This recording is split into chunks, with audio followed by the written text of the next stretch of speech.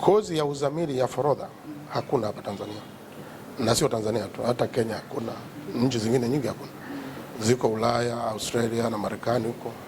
Hii itakuwa ni ya kwanza katika ukanda huu wa Afrika.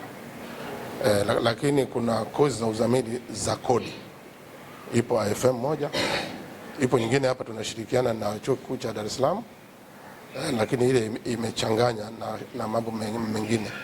Sasa hii ya kwetu itakuwa ni ya kodi na forodha, ndio eneo, kwa sababu leo ni siku ya kwanza tumewaleta wadau ili tuweze kushirikiana nao kuandaa mtaala wa kozi yetu mpya ya uzamili katika eneo la forodha, yani Master's Degree in Customs and International Trade. Hii kozi ya uzamili inahitajika sana hapa nchini kwa sababu tunahitaji maexpert, tunahitaji wataalamu wabobezi wa kiwango cha juu katika maeneo ya forodha na biashara za kimataifa. Lakini pia tunahitaji wachambuzi.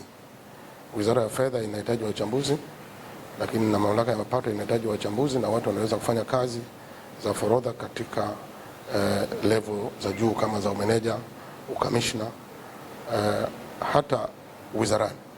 ITA kwa ajili ya kutoa maoni kama wadau, kama watu ambao tunafanyia kazi hizi kwenye kutengeneza mtaala mpya wa hii kozi ya masters inayoanza.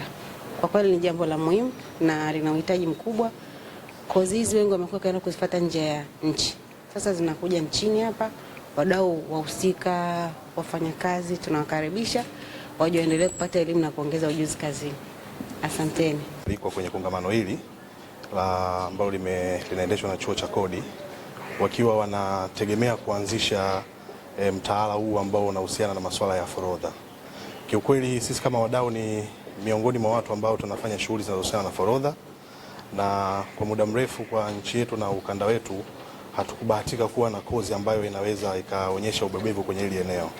Kwa tunaamini hichi ambacho kinaenda kufanywa na Chuo cha Kodi kitaenda kuongeza ufanisi kwenye tasnia nzima inayohusiana na masuala ya forodha, lakini pia kitendo walichokifanya cha kushirikisha wadau kwenye hatua hizi za awali kinaonyesha ile nia thabiti ya kuweza kujumuisha maeneo yote ambayo forodha inaweza ikawa inahusika kwa kiwango kikubwa. Kwa hiyo tunawashukuru Chuo cha Kodi kwa kufikiria jambo hili, lakini naamini ni mchakato ambao umeanzishwa kwa muda mrefu na kwa sasa hivi naamini unaenda kutekelezeka, na pale ambapo utaenda kutekelezeka tunaamini vijana wetu wafanyakazi wa mashirika ama mataasisi mbalimbali ambao wanahusiana na shughuli zinazohusiana na masuala ya forodha watapata fursa ya kuweza kupata ubobevu kwenye maeneo hayo, na tunaamini kwamba itaenda kuongeza ufanisi kwenye shughuli za forodha ambazo zinafanyika nchini. Nashukuru sana. Mimi kwa majina naitwa Kisamo Bakari Mandari, natokea shirika la uwakala wa meli Tanzania ambalo kwa kifupi tunaliita TASAC, Tanzania Shipping Agencies Corporation.